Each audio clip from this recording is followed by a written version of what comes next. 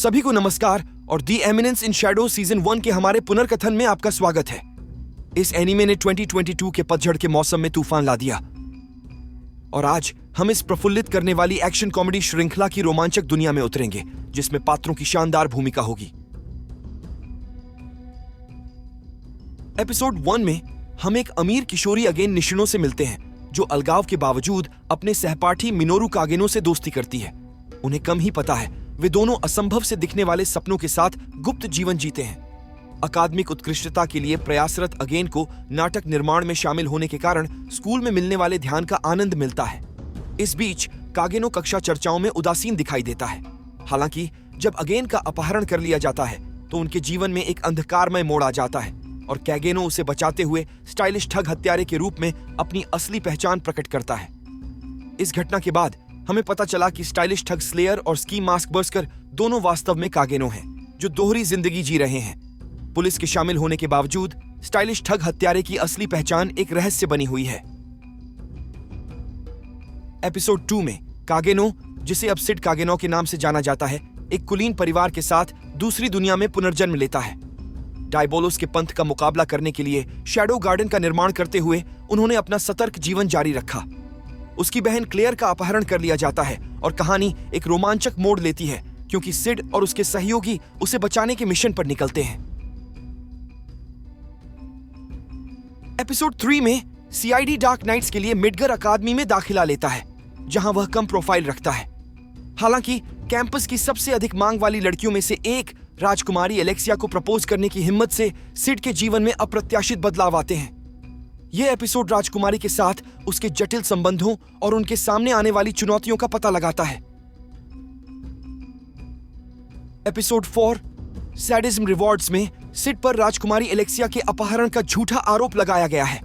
वह यातना सहता है, लेकिन अंततः अपनी बेगुनाही साबित करने में सफल हो जाता है। इस बीच शैडो गार्डन कार्रवाई करता है, राजकुमारी को खोजने के लिए एक मिशन शुरू करता है। यह एपिसोड समूह के दृढ़ संकल्प और शक्ति को दर्शाता है।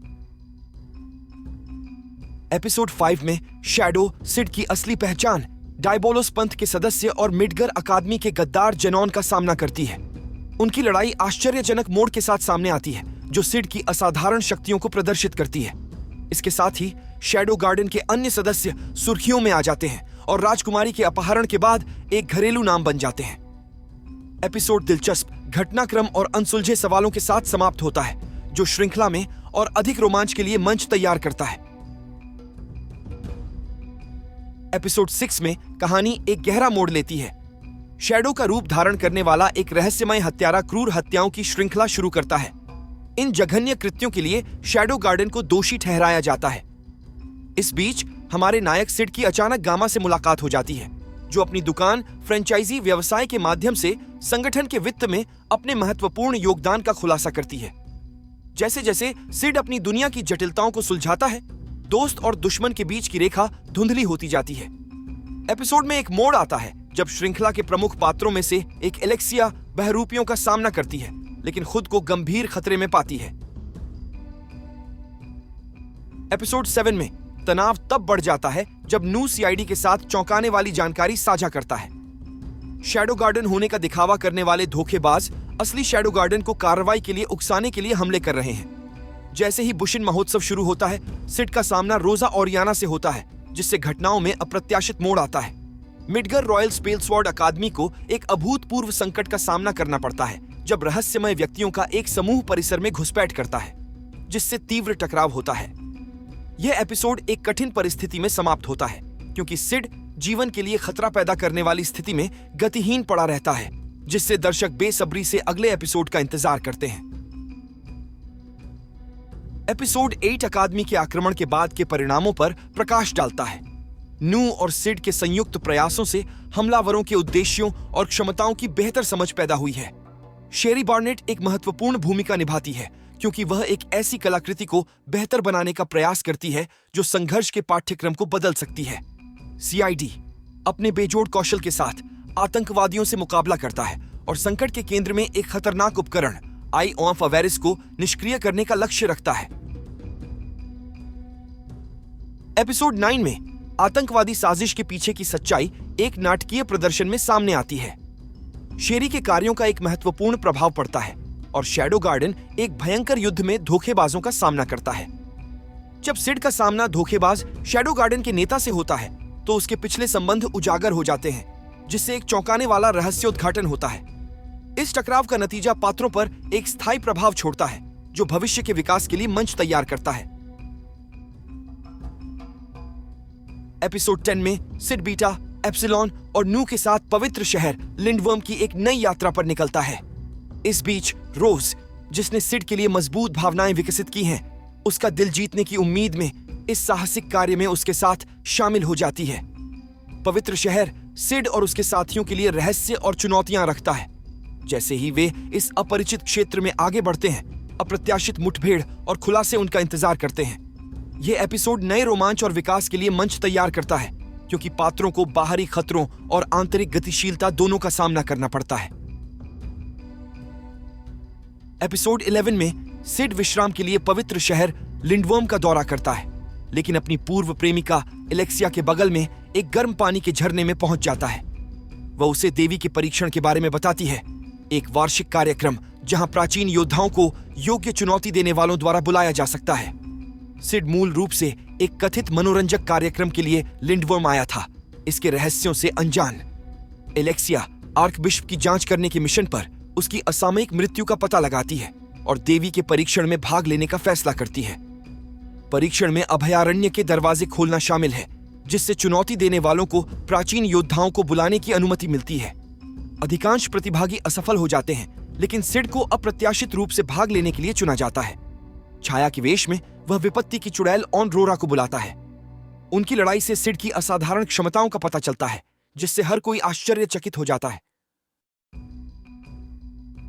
एपिसोड 12 में सिड और shadow garden team Nelson, iris और एलेक्सिया के साथ अभयारण्य में प्रवेश करती है। सिड ऑनरोरा के साथ फिर से जुड़ता है और अल्फा डायबोलोस के पंथ को उजागर करने पर ध्यान केंद्रित करता है। वे अभयारण्य के इतिहास और अनाथ बच्चों पर परेशान करने वाले प्रयोगों की खोज करते हैं।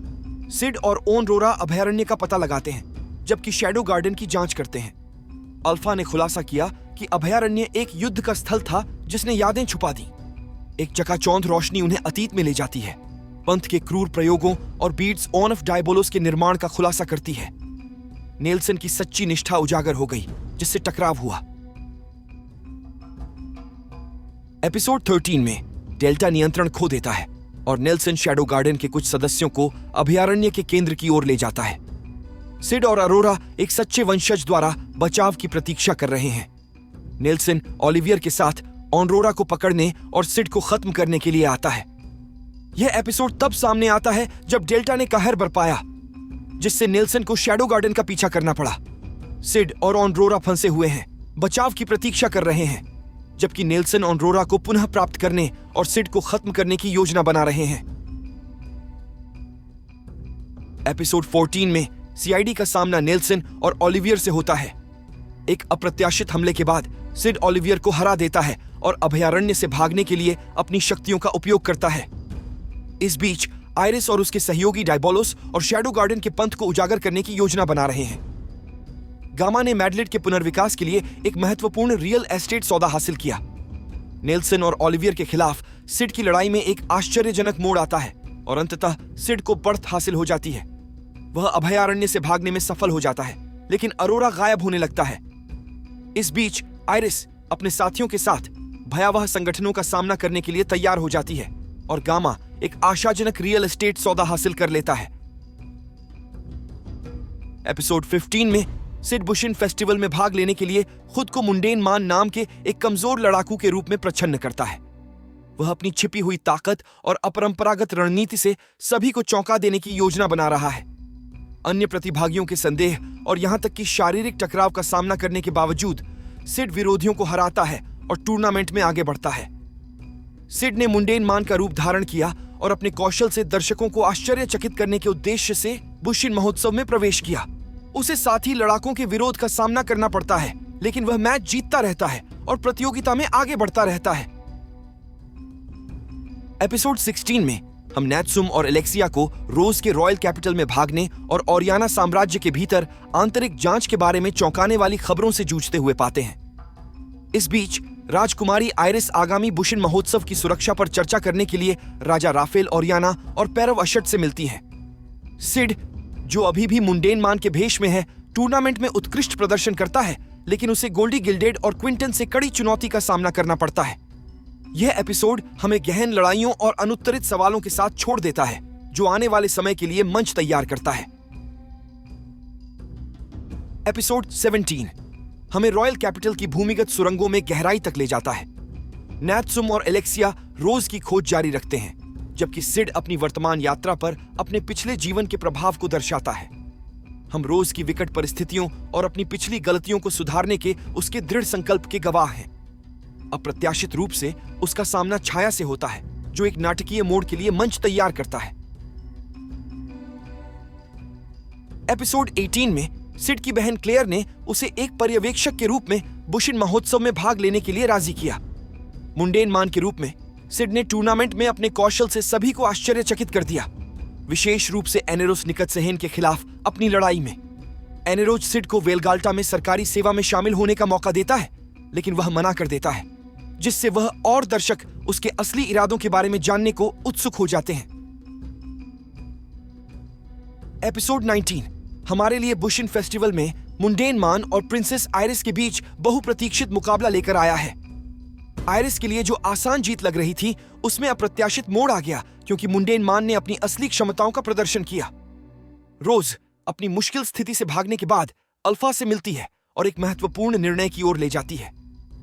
यह एपिसोड अंतिम टकराव और खुलासे के लिए मंच तैयार करता है। एपिसोड 20 में बुशिन फेस्टिवल के समापन के बाद बीट्रिक्स, प्रिंसेस आयरिस और शैडो के बीच चौतरफा लड़ाई दिखाई गई है।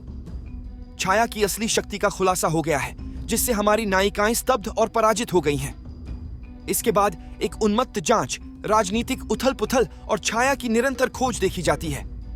रोज की यात्रा एक नई दिशा लेती है, क्योंकि वह रहस्यमय शैडो गार्डन का हिस्सा बन जाती है और खुद में बदलाव लाती है। और यह एमिनेंस इन शैडो सीजन 1 के हमारे पुनर्कथन का समापन है। रोमांचक लड़ाइयों, अप्रत्याशित गठबंधनों और गहरे चरित्र विकास के साथ यह एनीमे हमें अपनी सीटों से बांधे रखता है। आगे क्या होगा? खैर, यह जानने के लिए आपको हमारे साथ बने रहना होगा। यदि आपने इस पुनर्कथन का आनंद लिया है, तो अधिक एनीमे अंतर्दृष्टि और समीक्षाओं के लिए इसे लाइक और सब्सक्राइब करना न भूलें। और हमेशा की तरह बेझिझक नीचे टिप्पणी में अपने विचार और सिद्धांत साझा करें। अगली बार तक परछाइयों को गले लगाते रहो